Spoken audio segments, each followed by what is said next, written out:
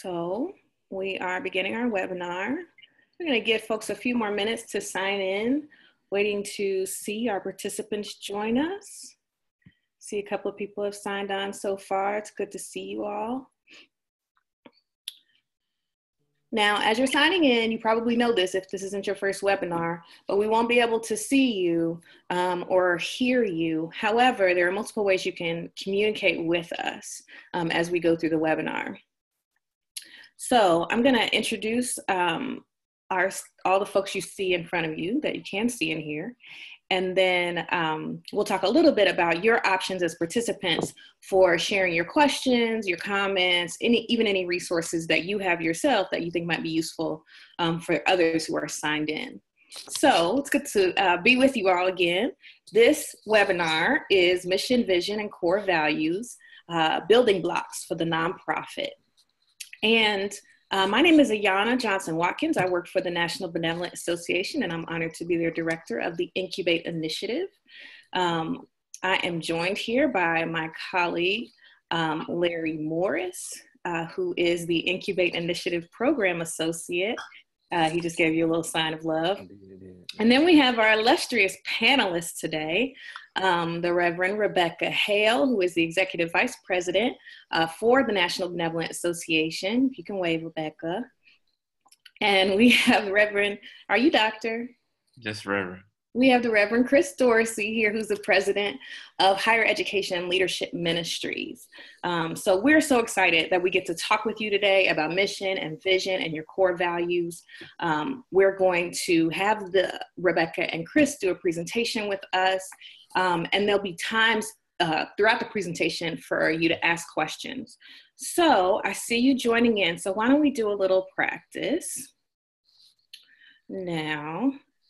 I want you to practice with your chat button. So if you look down at the bottom of the screen or at the bottom of your Zoom screen, you should have an option with a conversation bubble with 3 little dots inside. If you click that, there should be a little box that comes up for you. And at the bottom, you can type in a message to the panelists and all the attendees, or just to the panelists. I'll let you choose because I'll be able to see it either way. But why don't you just give us a little hello or tell us hi from what city or state you're joining us from, and practice using that chat for a second. Hi, David. Came through just great. Alan Harris is here from Capital Area. Hey, Alan. Tana Lou Beers is here from Durham, North Carolina. All kind of folks are signing in. Wonderful. You guys are doing great.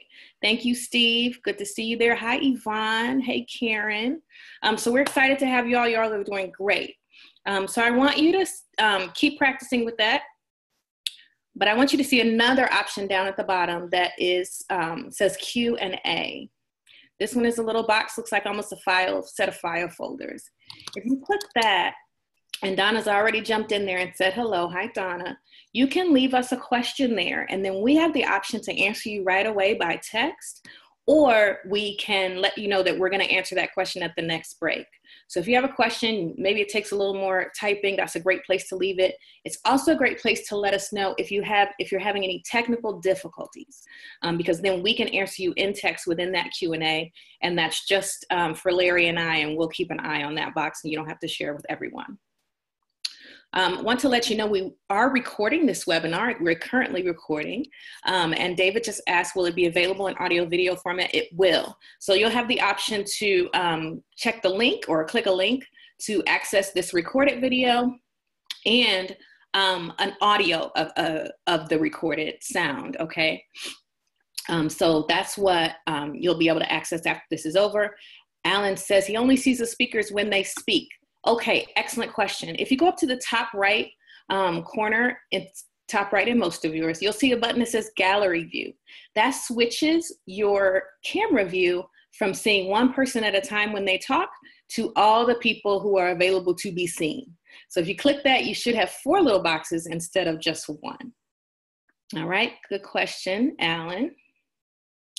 And then the last thing, I want to see if you have this option. Don't sweat it if you don't, but you may have the option to raise your hand. So if anybody can find the raise the hand, but these people are not slow. We got smart people on the webinar today, and they're all raising their hand. You guys are doing great. So that's exactly what it is. So Chris or Rebekah, and I should probably be calling them Reverend Hale and Reverend Dorsey, may ask a question that they need to know the answer to right away. Like, you know, how many of you are on the West Coast or something of that nature? That's when you would take that opportunity, just raise your hand real quick and they can see that you've got your hand up and have answered their question. Okay, chat is a good place for just about anything, but a really good thing it's for is if you want to know a resource that they're making reference to, you say, what's the link for that? Or where can I find that? Or what's the name of that that person or company? Go ahead and type that in chat, and then everybody can see that question and everybody will get the answer, and then you can save that chat to your computer and have it as a reference for later. All right, so thanks everybody for our little promo and getting ready. Hopefully you're doing well. If you haven't yet, go ahead and lower your hands. You should be able to raise your hand and lower your hands, so go ahead and lower them so we'll be ready. So we want to get started just with finding out a little bit about who is here and what experience you have with the topic. So we are going to conduct a little poll. So you should see on your screen now a little box that says at the top, tell us about your organization, and then there are 2 questions. Go ahead and answer those 2 questions for us.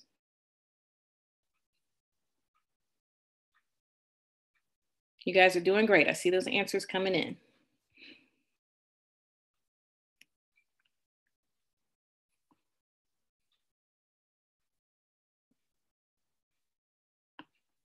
Go ahead, take a few more minutes to do that. Most of you have.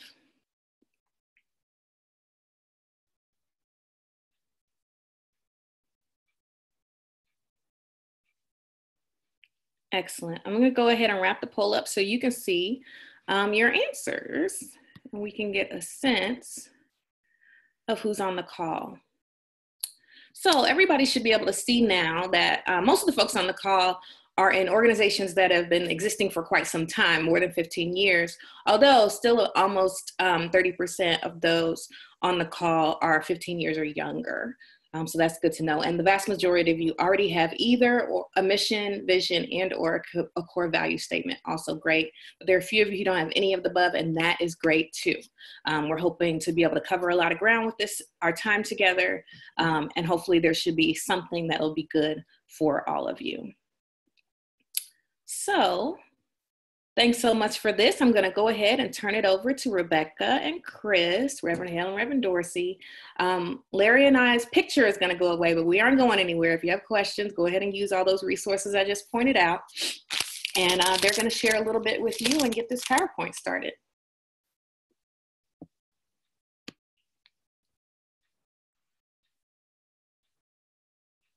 Reverend Dorsey, you going first? Oh, sure. You don't have to. Larry's putting it. No, that's fine. I was just, this is my first time doing this, so you all just bear with me. And I need to, there we go.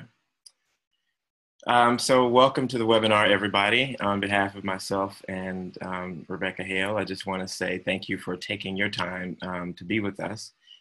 We hope we are going to have some fun with this. We're going to talk about a lot of things, but we also want it to be interactive, as Ayana has said. I want to get us started by talking about some definitions. You could advance.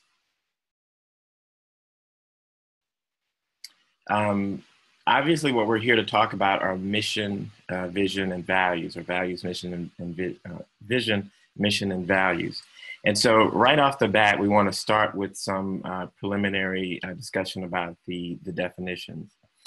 Basically, what we're saying is that the core values, vision, mission, and values basically focus the life of the nonprofit or not-for-profit ministry.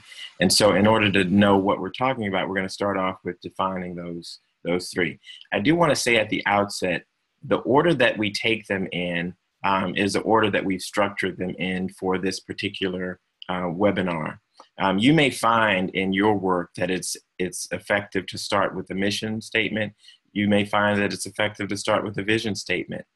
There's no one concrete way that says you have to do one or the other. It really is going to be up to you and your organization to decide where you want to start. You probably don't want to start with the values, but if you want to start there, that's fine too. But in most cases, you're going to start with the vision and the mission statement. And so the order that we're going to list them in is just what Rebekah and I have decided. So we're going to start with the vision statement.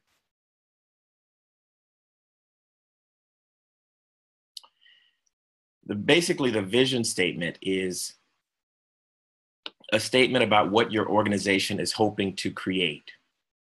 Think about it this way. It is the why of your organization, why you are doing what you're doing.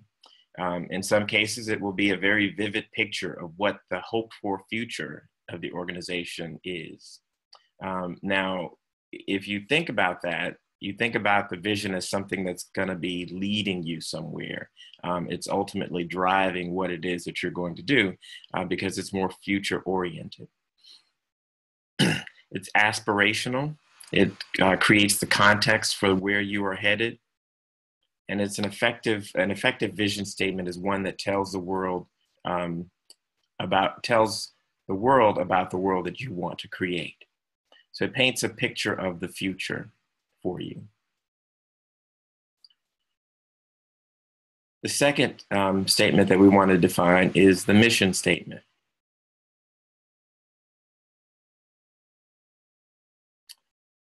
For the mission statement, we're looking at what it tells the world the mission of the organization is, or what the work is. It says, this is of us. This is what we do. It calls the organization towards some fundamental decisions, and it talks about the work that the organization is doing, and more specifically, what part of an overall work your organization may be doing. What work in the world specifically you are called to do at this time and in this place. Oftentimes, a mission statement helps to focus the organization on what kinds of activities the organization is responsible for, and it's clearly about the doing. At a fundamental level, it is also about purpose. As you look around you, as you think about other organizations and what organizations are doing, the mission statement grounds your organization in a purpose and what it is that you are responsible for doing.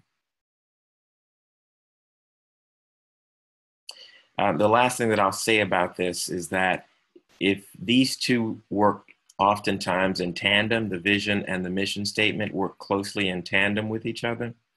And so if you have a vision that's calling you forward, then the mission is actually what you do in order to get toward that vision.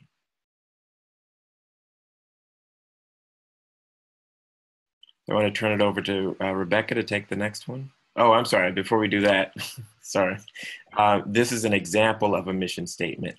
The Red Cross prevents and alleviates human suffering in the face of emergencies by mobilizing the power of volunteers and the generosity of donors. So here you see a very strong worded statement about what the Red Cross actually does. It alleviates human suffering. It talks about, and we'll get to some of these characteristics later, in the face of emergency, and it tells you how it does that by mobilizing the power of volunteers and the generosity of others. So you have a very strong mission statement here that is clearly about the doing. Thanks, Chris.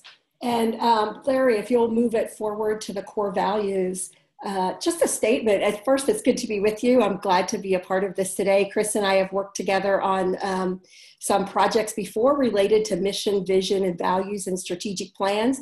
And we always have lively conversations about what these definitions are and what should be engaged first. So I think if you get 10 consultants in the room, you'll have 10 different opinions about what the mission and vision statements are and where you should start in terms of making those. I think I'd like to say that the most important point is that as you think about your organization, your ministry, and developing a mission and vision statement and core values, is that you define them at the outset in a way that makes sense for you and makes sense in your context. And you start where that makes sense for you.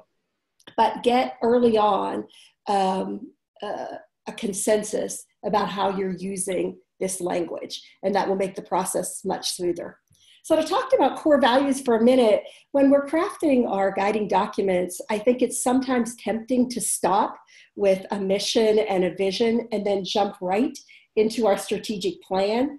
And from my perspective, I think that can be a big mistake for an organization. So I think that taking some time to think about the values that will animate our life together is core work that leads itself, that lends itself along with the mission and vision into a strategic plan. And I will just make a personal aside here is that I'm predisposed to like the big picture stuff, like mission, vision, and values. So the longer that I can put off working on a strategic plan and all that detail work, the happier I am. That said, I still think it's a good idea to work on one's core values. So this conversation related to core values is a conversation about how we'll behave with one another. What characteristics will we embody as we move towards the vivid picture that we imagined in our vision statement? And I think that conversation is essential because I don't think that we can bring about a reality in the world. We can't create something that's an ideal, beautiful picture of the future if we aren't embodying the behaviors that lead to that in our life with one another, internally in our ministries and in our organizations, and externally with our partners and those we're called to accompany. So core values are both internal and external guides. They say to us, this is how we'll behave with one another, and this will mark our external relationships with our partners and in our interactions in the community. In creating and naming core values, we say, we will do our best to make these the norms for the way we will work with one another, especially if we hope to live into our vision and our mission. In other words, we're asking ourselves in the creation of core values, what values have to be evident if our vision is to come to life in the world? Naming and claiming our core values indeed affects and impacts every aspect of our organization. So I think there's real reason to take the development of our core values, to give it the time and attention that it might need. We're going to talk a little bit more later in the webinar about core values and how we might come to those in an organization. But I want to move to the next slide with an example of some core values. And these are NBA's core values. In our guiding documents, these core values are listed, and then after them are some modifying statements that describe what these core values are. So I'm going to hold these up and talk about a couple of them as examples of core values and how they function in a ministry or an entity. So in about 2011 and 2012, NBA was going through a rebuilding and in some ways restructure and relaunch of our ministry. And the leadership team at that time in 2012 went away on a couple of day retreat with each other to talk about our guiding documents, to talk about a mission, vision, and core values. And we developed some drafts that from that retreat, we took out and tested with our ministry partners to see if this reflected their reality of NBA or their hopes for NBA. So there are two that I want to highlight and talk about how they affect NBA's functioning internally and externally as examples for how this might work in your own ministry or organization. The first one is rooted in compassionate care. As we were thinking about our core values, we went back to our vision statement, which is creating communities of compassionate care. And we said, if we aren't internally in NDA, in our relationships, actually embodying the characteristics of compassionate care, we can't really, with integrity, be working on those issues and in those relationships externally. So one of the ways this serves for us internally is that we're constantly asking ourselves, are our work relationships just? How's our workload? Is it sustainable? Is it brutal? What are we going to do about it if it's brutal? We all know that nonprofits are legendary for exacting a high toll on employees under the guise of accomplishing our mission. And so we're committed to interrogating that reality with each other. We have some internal running jokes about, was that a real vacation day for you? In other words, did you turn your phone off and did you not check email? And we ask each other that question regularly, and we get nudges from our supervisors if we aren't taking our vacation days. So things like that, we wrestle with what it means to offer each other grace when one staff person is in a hard season and it impacts others' workloads. So we have those sometimes hard and always lively conversations with each other. And that core value for NBA internally is rooted in our reality, but it's also aspirational for us. It's something that we strive for. And we'll talk about that a little bit later in the webinar, about how core values are both rooted in what's already real and aspirational in that they call us forward into a more desirable future. Another core value that I want to focus on for just a minute as an example of what we're talking about is the core value of accountability. So as you know, NBA went through a bankruptcy, or as you may know, or now you'll know, went through a bankruptcy in 2004 and 2005. And one of the criticisms of the NBA then was that the NBA we positioned ourselves in ways that didn't make us accountable to the church or our ministry partners. So as NBA was starting a rebuilding phase, we absolutely had to make accountability a cornerstone value if we were going to rebuild trust and have a chance again to work with partners in the life of the church. So internally, this means things like sharing our expertise and our time generously with each other. We do what we say we're going to do. We meet deadlines with each other.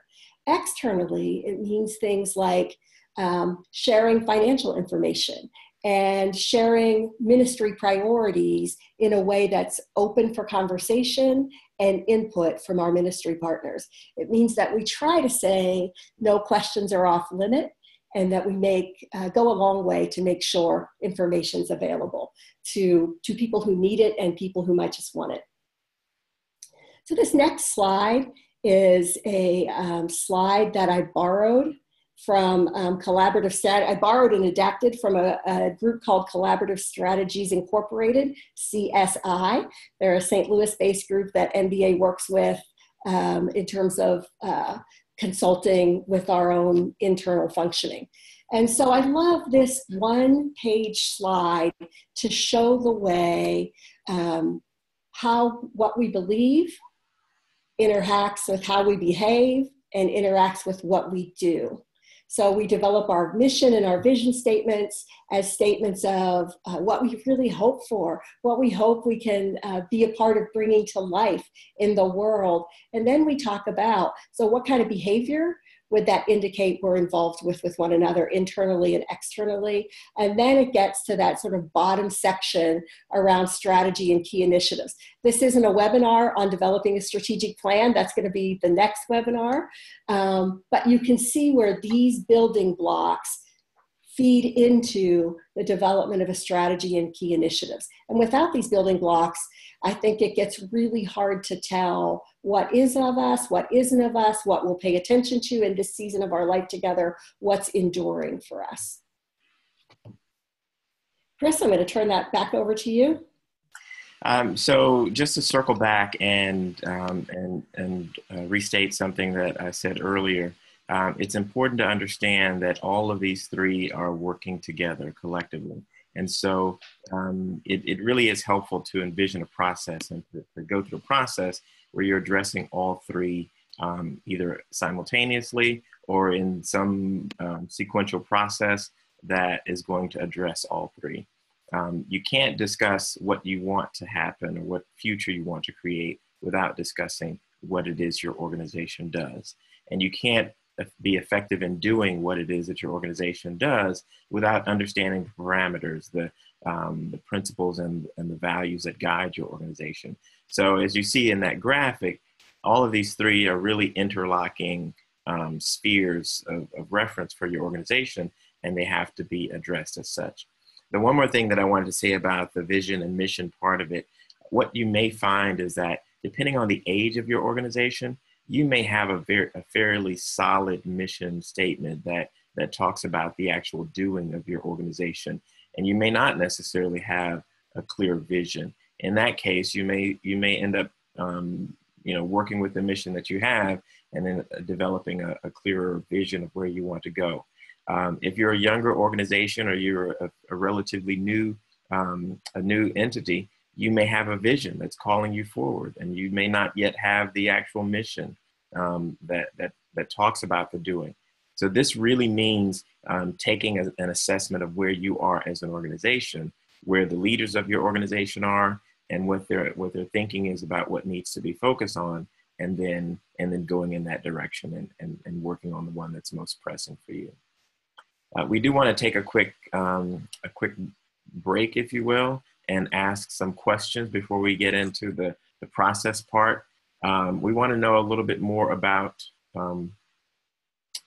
you and what it is that you are wanting to get out of this. So the next slide asks some questions. So we want you to take, there we go. We want you to take a couple of minutes and think on these particular questions. And as you think about the questions, go ahead and answer them in the chat box. And we'll come back and we'll discuss some of what you posted there, or at least reference them out. But just take a few minutes and think about these questions and add some answers if you have time. So while some folks are typing, I wanted to go ahead and lift up a few of the questions that have come forth in the meantime. So Steve asked a question that Steve may have been answered when you saw the values, mission, the whole big bracket. But I do still think it's a good question. And he's saying, is it fair to say that if the vision is the why and the mission is the what, that the core values are the how? What do you guys think of that? I probably would lean towards the how being what gets captured in a strategic plan, what our priorities are, and then what our goals are underneath that. That is really, in this season, based on our mission and vision and values, we hope to work on these three priorities in our community and with our ministry. And under those three priorities, here are the goals and outcomes we hope to meet. Here's the timeline. Here's who's going to work on it. So for me, the how really does fall under the strategic planning.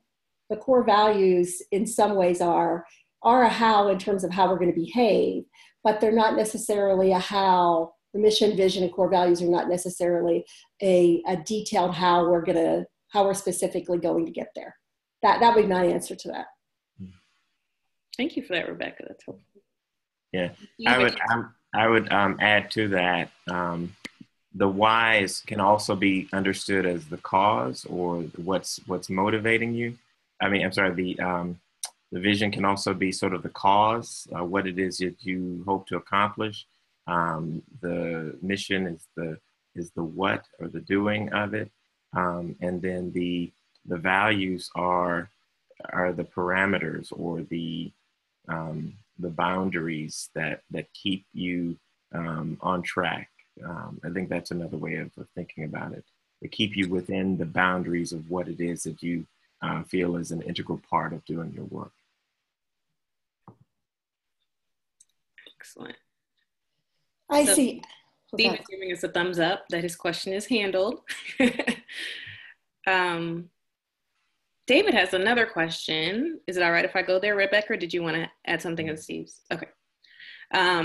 David is asking, what has changed in your context that moves you to engage this process? For the ministry, he's answering the question.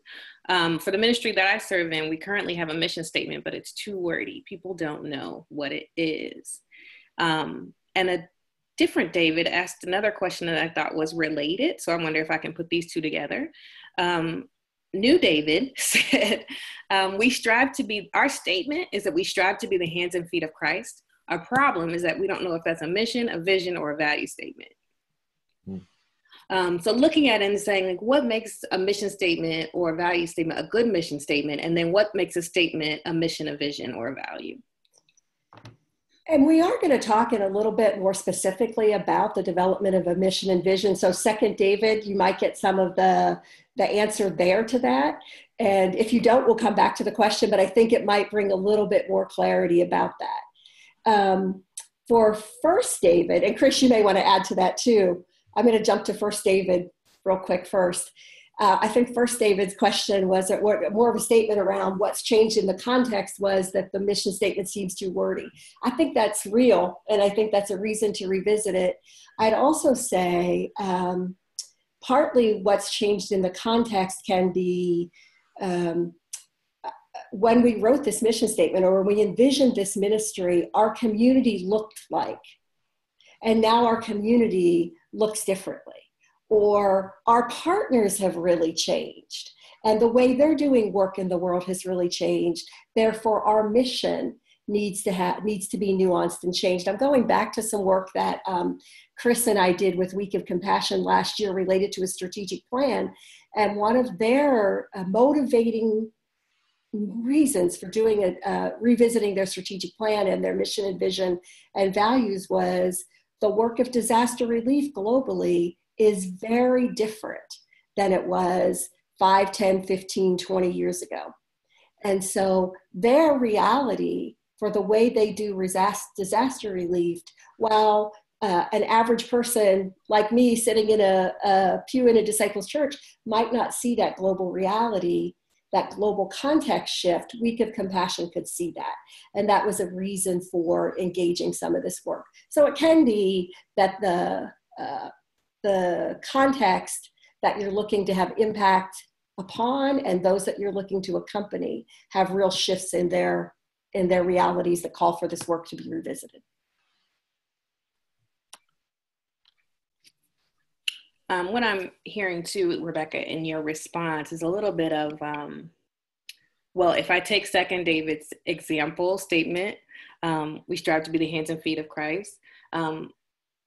Christ did different things in Samaria than he did in Jerusalem, than he did in Nazareth. You see where I'm going? Like, so context makes a big difference. What does Jesus' work look like where you are? And then you change over time, right? So what is it like Week of Compassion? So what does it look like now with who you are now? And then of course the world changes. So what resources do we have now? What are the ways things get done? And how can we adjust to that as well? Yeah. I think that's right. I would also add to that, that statement, we strive to be the hands and feet of Christ. I think it is probably closer to a vision statement than a mission statement. It doesn't say anything unique about what your organization does compared to any other organization. And so when you talk about the mission statement, you're really talking about some specific doing that is either unique or it's your part of the world. You're part of some overall activity that's happening. I would also say that it probably, even if you do use that as a vision statement, it probably needs to be clarified. And what you'll see when we get to these characteristics, you'll see how to do that or how to take a look at that. But that's a good example of a statement with some ambiguity that probably needs some attention. So I'm going to turn it back over to you all to carry on with the presentation, but the responses that you've been asking for are flowing in the chat boxes. So whenever you're ready to come back to those, we can do that. Okay. Do you mind if I lift up a couple of them, Rebekah? Because I think it would be important for, okay. Go for it, please. So I think this is Alan Harris talked about being a new regional minister and having stabilized the finances, now looking to create a new vision team and see the mission, vision, and values as the first task of the team. I would say absolutely. I had a similar situation when I became president of Helm. That was one of the first things that we had to do was to look at the mission, vision, and values. And we'll say more about that team importance in doing that work. That connects to another comment that I saw from Steve Mason.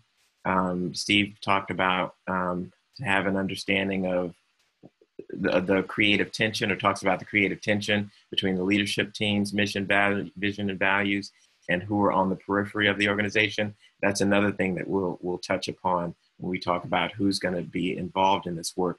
You really do want to engage the constituency as a whole, and not just have this driven by one segment of the constituency. So that's a very good point to raise as well. I'm just looking to make sure we got it. Yeah, so we'll come back to more of these as we go on, but these are some really good comments, and thank you for weighing in. All right. I'm looking for my notes to see what's next. Oh, me. So, so we talked about why you're engaging in this process.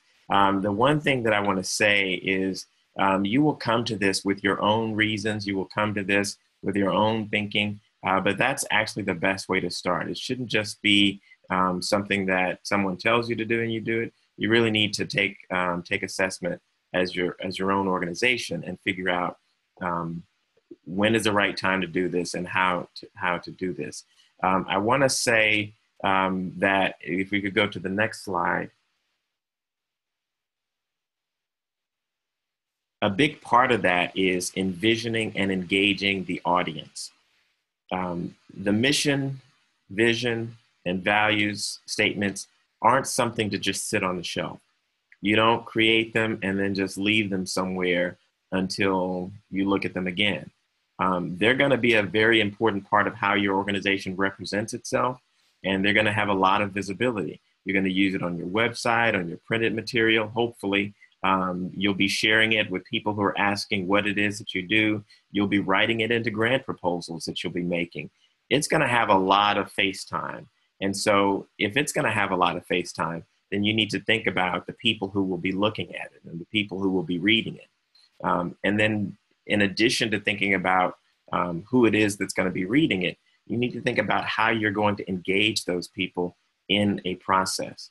So just typically looking at this list, some of your audience, some of your constituencies will include board members, employees, volunteers, clients or the population that you serve, donors, partners, the general public, and I'm sure you can think of a few others. All of these are representative of your constituents. And all of these people are going to be looking at the mission, vision, and value statement. In fact, these people have some sense of ownership in that mission, vision, and values because these are the people that do the work. These are the people that lead the organization, that manage the organization. These are the people that volunteer. These are the populations that serve. And so if that's the case, then you need to develop the mission, vision, and values statements with all of these people in mind. And more importantly, you really need to engage the people.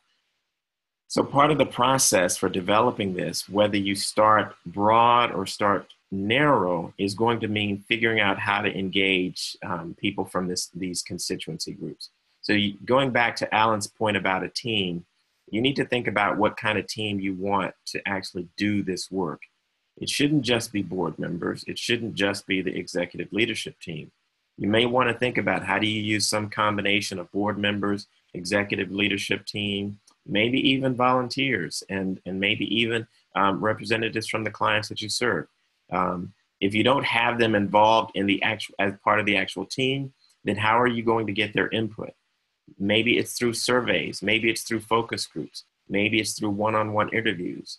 Going back to what Rebekah mentioned before, and one of the projects that she and I worked together on was the Week of Compassion strategic planning process. And in that process, we developed a matrix of how to engage virtually every constituent group that Week of Compassion had, and what was the best mechanism for engaging them. So with clients and population served, you probably are going to end up doing more of surveys to engage them. For volunteers, you might be able to pull together some focus groups. For employees, again, focus groups might be a possibility. But you need to decide what is the mechanism that you're going to be using to engage these various constituents in the process of reflecting on and developing the mission, vision, and value statement. Did you want to add to that, Rebekah? No, I just put a comment in the chat box. Oh, okay. As I said, Rebekah and I have, as Rebekah said, we have worked together well, and so we're always looking for either affirmation or rejection from each other. Sure. So I want to go ahead and move us forward into the actual how we do this. And in this how we do this, we're going to talk about each one of these, the vision, the value, vision, the mission, and the values. And we're going to kind of do this back and forth. And so I'm going to turn it over to Rebekah to start us off with talking about crafting the vision statement. Great, great. So you've thought a little bit about why you're engaging in writing these guiding statements. You've thought about what you hope to accomplish, some outcomes. You've named some of those in the chats, and that's been fun to see. And you've thought about, Chris has just encouraged you to think about who you need to engage. Yet before we get to some of the more nuts and bolts of developing these statements, I just wanted to make a few more overall comments about the process of writing your guiding documents in general. And just a heads up that what I'm going to talk about and what Chris is going to talk about in these next few slides is also in the form of a checklist that's at the end of this PowerPoint slide deck, and that'll be made available to you after the webinar. So you can print off those pages that are really a checklist for developing some of these guiding statements and guiding documents. The big, probably the big thing I'd want to say is that at the outset, take time to develop your process. Take time to write a plan down. Consider those questions like Chris just raised in the last slide about who's going to be involved, about hope for outcomes, about how you're going to communicate this. So take some time and write a plan. That's probably the best tip is don't just jump in, take a minute and think about what this might take. So for instance, and let me say, your plan does not necessarily have to be elaborate. It should suit you and the ministry you're serving. And it should suit your style, it should suit your resources, and it should suit your commitments. So while we're giving you a little bit of a blueprint, it's a guide, and it should be adapted for you. So as you think about what resources might be required, and we'll talk about this and then jump into the writing of the vision statement, one of the things that I would encourage you to consider is time. How much time do you want this process to take? So I've worked on mission, vision, and core value processes that have taken a year, and I've worked on some that were accomplished in a long weekend. And so what kind of time and energy does your entity have to give to this at the outset, and what would that take? So the other thing I would say is once you've developed a timeline, stick to it. That is one of the hardest, it seems one of the most simple things, but it is one of the most challenging things because ministry gets in the way, life gets in the way, other priorities get in the way. And yet I think that you will end a process with a higher level of satisfaction if you stuck to a timeline that you've developed at the very beginning. And I say that from an informed perspective of having led processes like this over time and distance with ministries, and find that at the end people feel much more invested. They give up less easily if we accomplish this in a timely way. Second question to ask about your resources is the question about money. Are you going to hire consultants who can give an outside perspective? Are you going to do this internally? What kind of meetings are you going to need to have that might require some resourcing? Are people going to need to travel for them? Are you going to serve dinner? What kind of communication are you going to want to put out after this? So what kind of dollars is it going to take to accomplish this? And it can be small or it can be large depending on your situation. When we worked on a reset of these guiding documents in the Northwest region, it involved a whole region across 3 different states and over a longer period of time. So they had a hefty budget for it. When I was part of a new church start in Pennsylvania called Open Arms Christian Church in Pittsburgh, we only had each other, the wisdom in the room, and a passion. And we probably spent about $100 on wine and quiche for our meetings to develop our guiding documents. So it should suit you, but think about it at the outset. Make that part of your plan. And the third thing I would say is What kind of attention is this going to take from your organizational leadership? It's a bit of a fantasy to think that we can develop these guiding documents while at the same time doing everything we're already doing in terms of our ministries. There is some wisdom to saying we need to decide that we're going to give this attention and that our core leadership is going to give it attention. And there may be some things that for a short period of time we don't do, or we do it a different way, or we ask someone else to do. So at the outset, think about the time, the money, and the attention, and make a plan around each of those as you develop these guiding documents. Again, that's made more specific in the checklist that you'll see at the end of the slide deck that we have here. So let's turn specifically to the vision statement and developing a vision statement. And you can see on the slide there, we have a little bit of a list. And David, this might go back to what you were asking about hands and feet of Christ being a vision or mission statement. So as Chris said at the beginning, and this is a bit of a restatement of some of that, a vision statement projects onto an ideal future. It calls you to dream big and focus on the future that you want to create in the world. What do you want to see in the world? That's your vision statement. What do you want to see in the world? When I was working with the Northwest region, the way they phrased this is, what do we think God's dream for the world is? What do we think God's dream for the world is? And that's how they crafted their vision statement. Another way to talk about that is, what will the organization be known for? When a board member or a potential board member sees your vision statement, is it going to capture their attention? Is it going to call to their own commitments, their own hopes in the world? Is the community that you're going to be doing ministry in going to see that as a passionate, desirable, as passionate expression of a desirable future that they might be able to share in as they come alongside you, or they allow you to come alongside them? What desired conditions will this help achieve in the organization? I think, Larry, if you don't mind, you could advance that slide a little bit. It should show your passion. So this language can be, it should be maybe even a bit poetic, kind of showing what you most deeply believe that you're called to, that the world could possibly be like. Ultimately, you'll want this to align with your mission and values, not only in style, but in core commitments. Does what you're hoping to see in the world or think is possible in the world align in language and in content with your mission and your values? Some clarifying questions as you think about crafting a vision statement are, how will this vision be used? And Chris talked about that a little bit earlier. Will it be used in marketing materials? Will it be used to attract supporters, to engage the community, to certainly show up in requests for funding, those kind of questions. How will this be used? How will it be used internally? Is this something that you'll remind each other of on a regular basis? This is the work that we're called to do. This is why we get out of bed in the morning.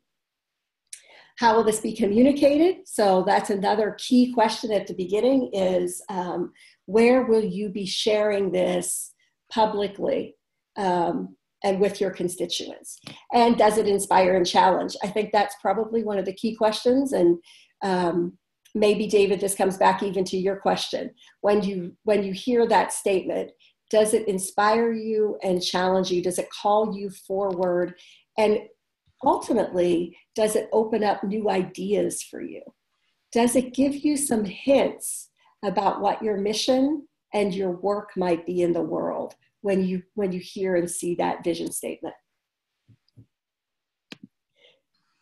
Chris, I'm going to turn it back. I haven't looked at the questions yet, but I'll look at them maybe while you lead into the next slide and see if there's anything in there that we can come back to. Yeah, and I've actually I was actually responding to a couple of them in the process and noting some that we'll come back to. So, all right, thank you. I'm glad you can multitask like that. Sorry. So I'll return to that comment later, Rebekah. So let's talk a little bit about the mission statement itself. And here's where I'll come back to something I said earlier. You may find that you're more animated by one or the other. You may find that the vision statement is what really animates you because it's about future state. It's about what's coming down the road and what you're going to accomplish once your work is done. And for others, the mission statement may be a more animating thing because it is about the day-to-day work. It's about getting things done. It's about doing what it is that you do. But keep in mind that they're both working together.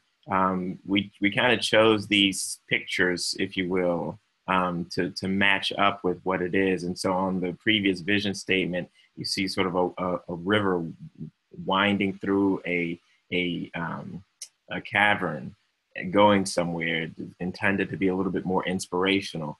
And for this part of it, we are showing hikers going up a mountain, which kind of matches the doing. It's you're just getting it done. You're trudging along. You're making sure that you're doing what you need to do. So that's just sort of a quick way of visualizing the respective parts of it. In talking about the mission statement, it really does describe what the organization does and how it performs the work. So the three crucial questions you might think about here are, what does the organization do? How is the work done? And for whom is the work done? These are key fundamental questions that you want to ask when crafting a mission statement. As we said before, it's quite possible that your organization has been around for 100 years and you have come into a 100-year-old organization and it's been doing the same thing for the last 100 years. And you need to document that and say, take a look again and see, are we still doing what it is that we were founded to do, or have things changed? Who is the work being done for? I'll give you two quick examples of this from my own background. I've worked in higher education, particularly in theological education, for a good portion of my career. And one of the things that I've noticed is that theological institutions typically have had mission statements that have been around forever, in some cases going back 40, 50 years. These are organizations that have been around for 150 years in many cases. And so when you ask these questions, what does the organization do and how is this work done? For some of them, the work is the same. But then when you ask for whom is the work done, that becomes a little bit trickier depending on the organization. When many of the theological institutions were founded, they were founded to educate white male pastors. And what they're finding is that that's not the dominant need, or that's not the dominant population anymore. And so asking that question, for whom is the work done, even for a school that's been around for 150 years, may give you a different answer than what it gave an organization 50 years ago. The other example that I would throw out there is, and this is from more of a business environment. I spent some time working at IBM, and anyone who paid attention to IBM in the 90s knows that IBM went through a massive transformation in its entire organizational mission. IBM was known for much of its history for producing machines. And for much of the 80s, those machines were either printers or computers. IBM went through a massive transformation so that their mission of producing machines was no longer the primary mission of the organization by the time it emerged from the 90s. And so the mission statement is something that really does need to be evaluated, no matter how old you are as an organization, to understand if you're still doing the work that needs to be done, who the work is being done for, and so forth. The process that you want to go through in order to craft a mission statement it's going to vary based on the size of your organization and who you have working on it, but there's some key aspects to it that I want to highlight for you. The first thing that you want to do is capture key ideas and themes. You don't want to get too close to nailing everything down at the very beginning. You want to start with some broad ideas and some broad themes about what it is that you do. We teach, we feed, we serve, what are the broad categories of things that you do without being too specific at the very beginning. You want to focus on the key ideas and themes. You want to pay attention to the difference between identity and action. Now, a good mission statement may have both. It may have some identity in it as well as some action. It's going to mostly focus on the action part. You want to understand the difference between the two. When you think about the phrasing of your mission statement, ask yourself, is the phrasing about identity or is the phrasing about action? Many times your audience will be more compelled about the action phrases and the action and the doing of the mission statement than the simple identity portion. Again, that's not to say that you don't want some identity in it, but just understand that a good mission statement shouldn't just be crafted as all identity. There really should be some action about it.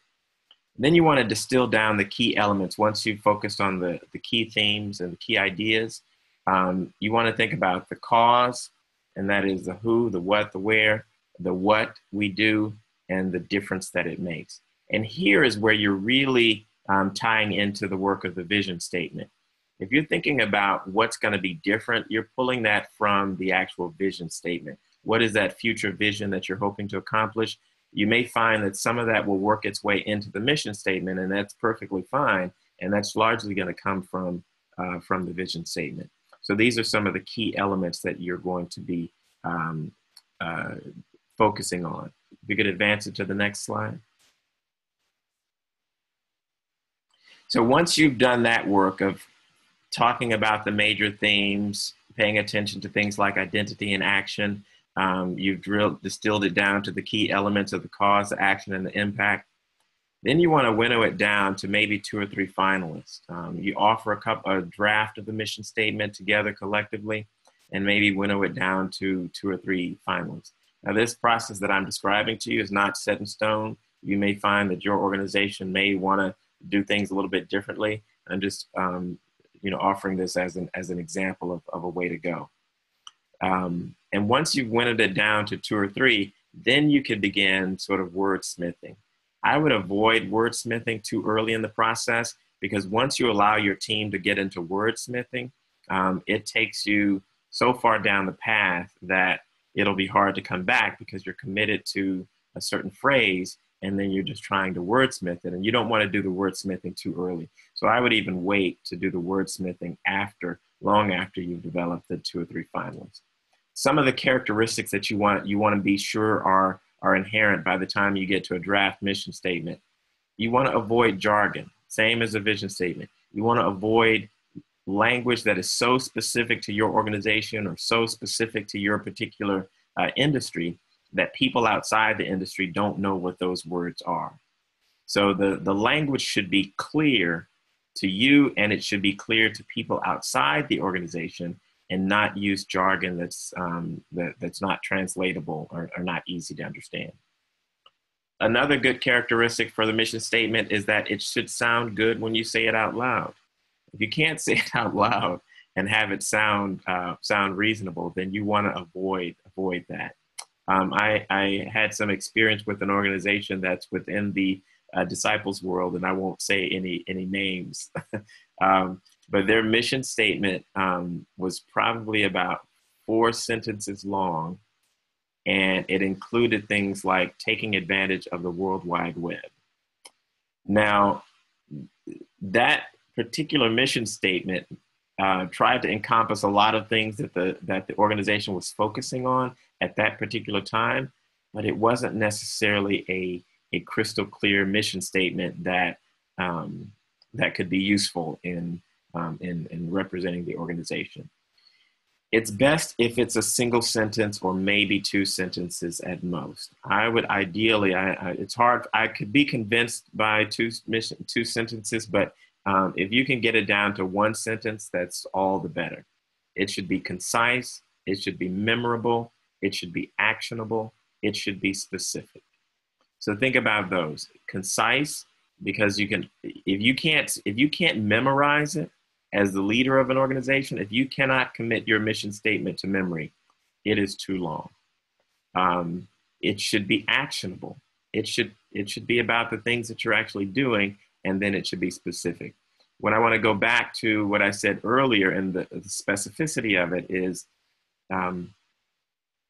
there should be some way of distinguishing yourself from other organizations that are out there. Your mission statement should have some way of delineating yourself from other organizations. Now, that's not to say that every organization in your particular industry or your particular way of being might not have a similar structure, but how can you delineate yourself from others? And that is a good thing to think about in terms of your mission statement.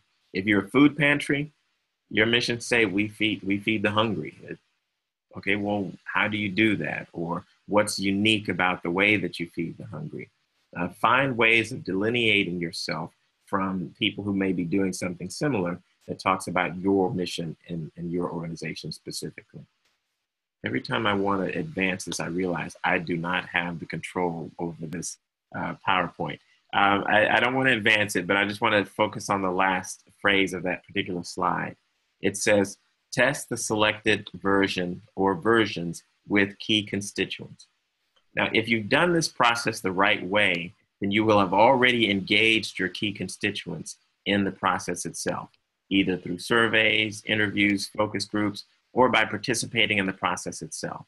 But at some point, once you've crafted the draft that you think you want to use, or the one or two drafts that seem to be most promising, you want to go back and test that out with some of your key constituents. This goes back to the question that was said earlier about the tension. You may find that once you test out your mission statement, some of your volunteers may sort of bristle at it. They may say, well, that's not what I thought we were doing. Or some of your clients or the population that you serve may see themselves in that mission statement in a way that you don't want to convey. So a good example is when you use language that may come across as sort of paternalizing, you may find that the population that you serve may not necessarily appreciate language that sounds paternalistic with respect to them as a population being served. So it really is important to test whatever versions you settle on with some of your key constituents to make sure that you've got it right. Without that, you could end up with some tension that is unwanted and can be counterproductive.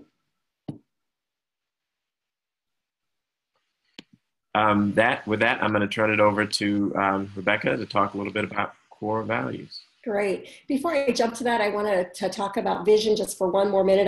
There are a couple of things I forgot to note. We don't have to go back up there with the slides. I think we can stay on core values. I just want to make a quick couple of comments related to writing your vision statement. And I hope this isn't too hard to jump back and forth, but I wanted to make a couple of comments. As you think about writing your vision statement, one of the key questions is to ask, what resources are you going to draw on? What theological resources? If this is a congregation, how are you going to draw on scripture and tradition, for instance, and the experience you have as a congregation? What ecclesial resources? So I know that we have a couple of regional ministers on this webinar. What, do you want to check the design for the Christian Church Disciples of Christ, or some history documents related to regional life? What community commitments might you be bringing? What justice commitments? So what resources are you going to draw on as you craft a vision statement? Second question that I would ask about crafting that vision statement is, what do you need to learn before you can even craft a vision and mission statement? Is there are there things about the community that you're called into relationship with that you might need to learn? Is there a learning journey ahead of you before you even write these statements? And what does that look like? Do you need to have more demographic information? Do you want to know who else is working on this in the community? And where is their wisdom already present in your context that might lend some more insight to your crafting of your vision statement? One of the most beautiful examples of a powerful vision that I've experienced is there's a disciple clergy person in Memphis. Her name is Roz Nichols. And a number of years ago, she really began to work on issues related to domestic violence and was very called by the kind of silence that existed from the pulpits in Memphis related to people who were living in situations of domestic violence. So that was her vision. What's happening in this city where there is a silence and a stigma around people who are living in domestic violence? And what does it mean that people who are preaching from the pulpits are pretty silent about that in this city? And so her vision began to be influenced by that. And what would it mean? Her question became, what would it mean for every pulpit, for preachers from every pulpit in the city of Memphis to be aware of and conversant in talking about issues related to domestic violence? She envisioned a world where this was a live conversation and a call to people to be heard and seen and suffering to be alleviated. And then she developed that very specific mission around it related to helping clergy understand their role in naming it from the pulpit. So that vision of a world where women, predominantly women, weren't stigmatized anymore, where they knew there was a place to go, where they heard their reality expressed, became a clear mission and a clear call for her work in that city. And she literally transformed the landscape of Memphis related to conversations around domestic violence in churches and from pulpits. So that's the kind of way that can progress for us as we work on these guiding documents. You've heard Chris and I both say that as we craft our vision and our mission statements and our core values, that these will be interactive, that there will be people that we engage, and we engage them in different ways in different parts of the process. In some ways, I like to picture that as an ever-expanding circle of conversation and testing and feedback and honing, and then finally communicating. So to jump back down to the core values slide fairly quickly. Rebekah, I'm sorry, can I interrupt? Can we just take a quick break? Some of the questions are piling up, and so I want to make sure that we've captured some of the more pressing questions. Great idea. Do you mind if we just take a quick break? No, please, that's a great idea. Okay. So I wanted to check in. Thank you guys so much. There's so much good information here. And we wanted to make sure we got some of these questions in before we got too deep. Tana asked the question, how do the gifts, capabilities, or the weaknesses and deficits of our own team factor into developing these statements? In other words, do we want these statements to be realistic about what is achievable?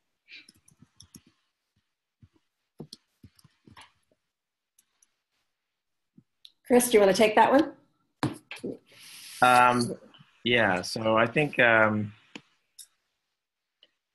this goes back to what I think Rebekah said about the strategic planning process early on. Ideally, and this is the way that I've always approached it, or mostly approached it, to use this in connection with an overall strategic planning process. And that is to say, whether this feeds into the development of the strategic planning process or whether this is an outgrowth of the strategic planning process, it really should be connected to that. And a big part of the strategic planning process is to do some sort of SWOT analysis, looking at your strengths, weaknesses, opportunities, and threats. If you do that, one of the things that you may uncover is that you may uncover some pretty significant weaknesses or challenges that mean you need to take a step back and address those first before moving fully forward into this particular process. And you may not find that out until you start to engage in the process.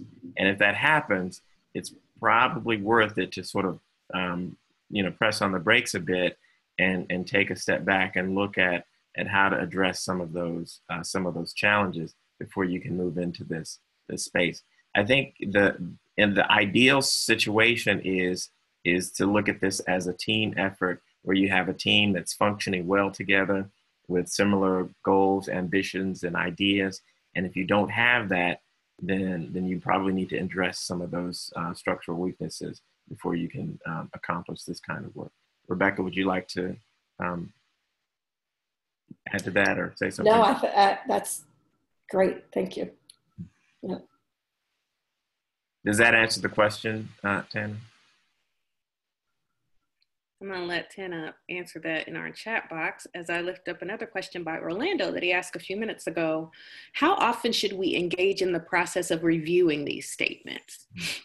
I think that's a great question. And I think that, for instance, I'll use NBA as the most recent example. So we wrote and crafted our guiding documents in 2012, and we just revisited them this past year.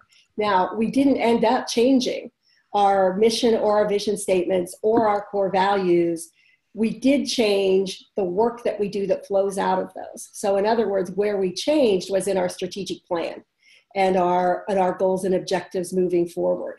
But we did take some time to say, how is this? And let me just say, I separate vision from that just a little bit, because in some ways, vision is that higher goal, that higher ideal of we're striving towards. And that, in my experience, that rarely changes, or it gets nuanced with better language or more fresh language, more than the idea behind it gets refreshed. The vision statement can be very different from that. So I suggest looking at that every 3 to 5 years.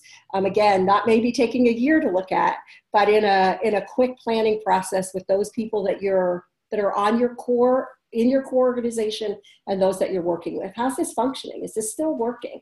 Is this still opening up ideas for us? Is this still teaching us how to lean forward into the next part of what we might be called to do together? So not taking an enormous amount of time, but taking a look at that again. And as you come to core values, is this still grounded in our reality? And is it still calling us forward? And is it still communicating what we want this to communicate to those that we're working with and accompanying? Yeah. The only thing I would add to that is something that's come up in a couple of questions that I've seen, and that is times of leadership transition are also good times to take a look at these. Again, the mission is probably not going to change very much. Even when I became president of Helm, we modified the mission statement, but we didn't radically change it. We just sort of distilled it down. But having a new leader or a new leadership team come into place can be a good time to take a look at these.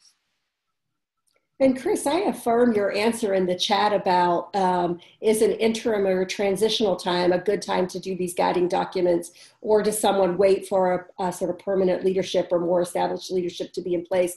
And I think it can happen either way.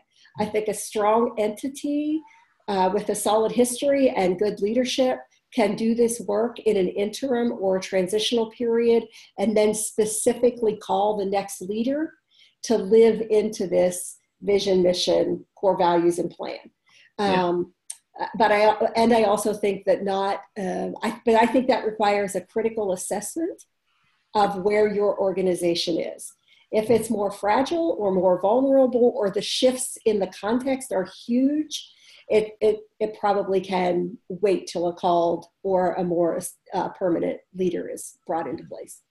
Yeah, I agree. I just want to touch one last question before we move back to the slides. And it's one, Chris, that you already began an answer to, from David, saying, I have found key constituent language to be very difficult for my congregation to get around. They see everyone as a key constituent. How can I help move the needle on this? And you responded saying that, the words key constituent are just something that you wanted to use because it embraces multiple contexts. But if it happens, David, that you were also talking about what does it mean when your congregation thinks everyone is their audience, that sometimes it can be good to sort of take a step back and do something we talked about earlier in the webinar, which is really take a look at your context. What is God calling you to do in this moment who is God calling you to in this space?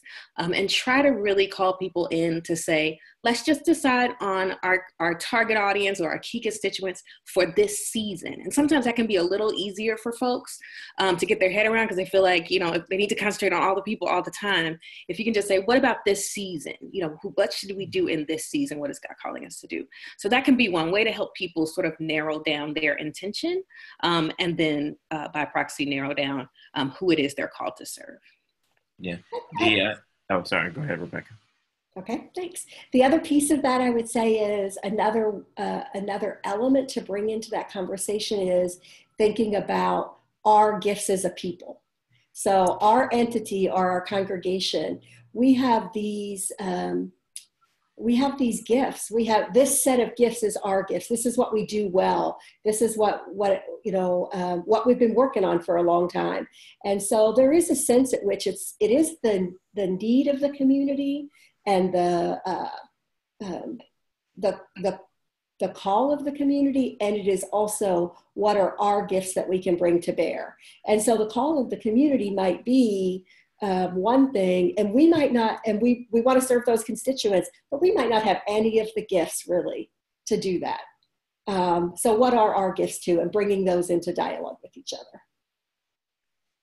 Yeah, there's one more piece that I would like to lift up, and it goes back to something that I learned in the work that I've done around, primarily around fundraising and philanthropy.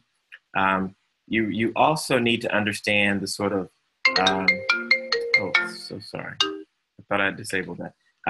You also need to understand the circular nature or the spherical nature of your constituency, and see them as which of your constituency groups are closest to you, which are farther away from you. And so one good exercise to do where you have an organization that is challenged with thinking about everybody as a constituent is to draw a diagram and to show those who are the closest to you and those who are the furthest away from you.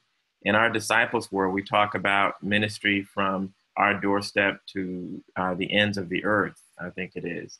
And so everybody in the world is a part of the constituency of the disciples' world. And you can map that out. But then when you begin to look at who is the closest to the center of the organization, then you can see where the impact is made. The impact is made for a church in your congregation. Then it's the neighborhood. Then it's the world around you. How do you map out the constituency to see where do people fall within that sort of typology is going to be an important part of your organization's efforts in deciding that. All right, we are running close to the end of our time, so we want to go ahead and get back to the core values. Is this okay, Ayana? And I'll kind of talk through this pretty quickly since we spent some time on core values already. I reiterate that core values are both based in reality and aspirational. So when we think about what our values are, especially for established entities, there has to be some basis in reality, even while we might not be perfectly living into those values. A number of years ago, I was consulting with an entity on these guiding documents. And in our workshop on core values, people were naming what they felt their organization's core values. And one of the things they named was, we are a radically inclusive community.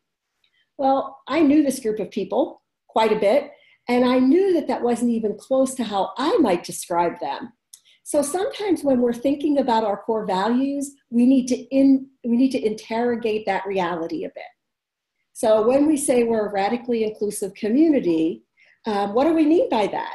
How are we currently inclusive? How does welcome look for us now? Is that a value that's aspirational, even though you might be living into it imperfectly now? Or is it so far afield the way you define that from the way your broader community that would define that if you name that as your core value, you will actually be doing harm in the community you wish to serve. So we do need, in the process of developing our core values, to keep a foot on the ground in reality about those values that we're already representing. And we need to interrogate that a little bit to make sure they're not so far afield from the way we're actually behaving that by naming those as values, we could actually do harm to the community that we're called to accompany and serve. So it's a little bit of a warning as we talk about those core values, and it's a little bit of a challenge, I think, especially in established entities, when we have some cherished ideas about how we actually behave that might not be based in reality. That doesn't mean they shouldn't, it means that we need to take care when we name those to make them real and aspirational. So that's some of the conversation I would hope you would have as you think about what those core values are. And as you question each other in terms of crafting those core values. Chris, I think the next slide is one that you were going to spend a minute on in terms of an example of what this looks like together. Yes. Can we go back to the previous one just really quickly, because I wanted to add something, if that's okay. The other thing to remember about the core values is that it's oftentimes about boundaries for behavior, and it keeps in place those things that you don't want to get out of hand. I have lots of friends who do a lot of work in ethics, and particularly around fraud. And one of the things that they've learned is that the values of an organization will oftentimes determine whether or not there's fraud, malfeasance, or anything, because you don't have good enough boundaries around what's acceptable and what's not acceptable. So the values are about the focus, and they're also about integrity. How do we maintain the integrity of what it is that we believe in? And following that, shifting to the next slide, is a good example of how these three things work together. We won't spend too much time on it because you can look it up yourself and look up lots of examples. But in this case, we decided to just offer up one example of how a mission, vision, and values, or as they say, principles, work together. So in Habitat for Humanity, their mission is seeking to put God's love into action. Habitat for Humanity brings people together to build homes, communities, and hope. So you can see in that a strong sense of doing. That's what they do. They bring people together, they build homes, community, and hope. And then when you look at the vision, their vision it's a pretty bold and ambitious vision, but it's a world where everyone has a decent place to live. So you can see in that, in the mission, you see the action, in the vision, you see the inspiration, and you see the future state of what it is that they want to accomplish. And then you look at the principles and the values, demonstrate the love of Jesus Christ, focus on shelter, advocate for affordable housing, promote dignity and hope, support sustainable and transformative development. With the value statements, as you've seen in both NBA's example and now in Habitat for Humanity, they can either be one word or they can be 2 or 3 word phrases, and then you can elaborate on those and give more explanation to how those fit within your organization.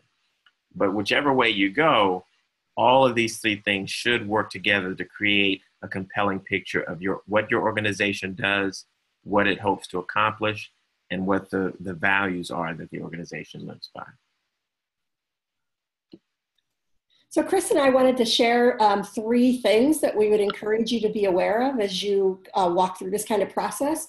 The first one is a little bit of a warning that resistance will show up, that not everybody sees the bigger picture, and that it's an encouragement to stick to your process. So you've designed a plan, you've determined what resources are going to it, you've thought about the ways you're going to craft these guiding documents, and it will not be unusual for someone halfway into the process to kind of drop anchor and say something like, well, this is the wrong process if you've started here instead of here, or in other words, that you all have been playing baseball, but they're pretty sure you should be playing cricket, or to show up with some resistance in some more subtle ways.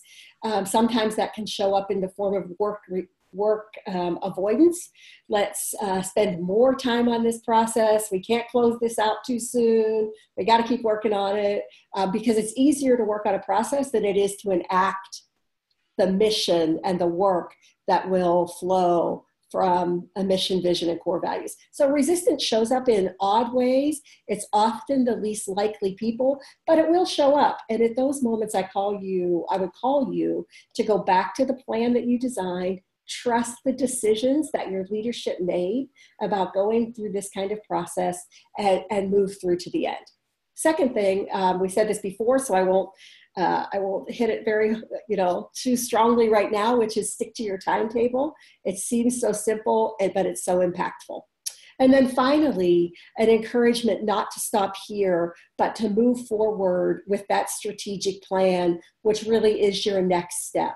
How you're going to allocate resources, how you're going to allocate your time, how you're going to allocate your attention as an entity, those kind of decisions, maybe even change your structure as an entity. Those kind of decisions flow from solid work in these guiding documents. So I would encourage you to get this part done and then allow it to shape your life moving forward through the work that you might do on a strategic plan. These next slides that we really won't spend time on, but that I think it's Larry advancing the slides, if he could just go through those a little bit. What you have in the next 3 slides are a checklist for how to craft mission, vision, and values. A lot of what you see there is a distilled version of what Chris and I have been engaging in this webinar. So again, that'll be available for you in downloadable form for you to have. I think that sort of, moves us to this part of our work. We do want to allow some time for questions, any additional questions. I know that, that was a nice little graphic. Oh, oh my God. We do want to allow for questions and maybe some additional comments. I'll add just one more comment before we take the questions, and that is, I really greatly appreciate the diversity of the backgrounds that everyone has brought to this in terms of the participants. And what Rebekah and I have done has largely been to focus on thinking about this from a nonprofit perspective, knowing that some of this may not be exactly what you're needing for your own context, but we hope that it has been helpful for you to think about. And either one of us is available for additional questions and to engage us afterward if you want to reach out. But with that, are there any questions that you want to throw out there or any comments that you might have? You can send them to Ayana and Larry, or just post them in the chat, and we'll try to field them in the time that we have remaining.